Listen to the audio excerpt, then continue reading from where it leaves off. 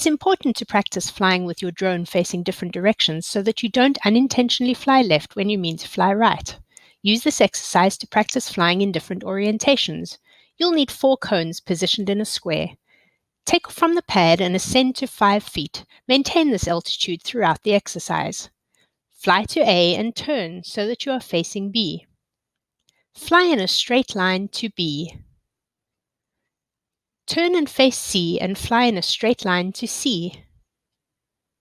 Turn and face D and fly in a straight line to D.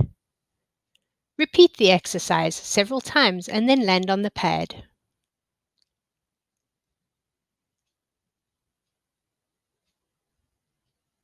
For an additional challenge, fly the course again with the aircraft oriented in a different direction.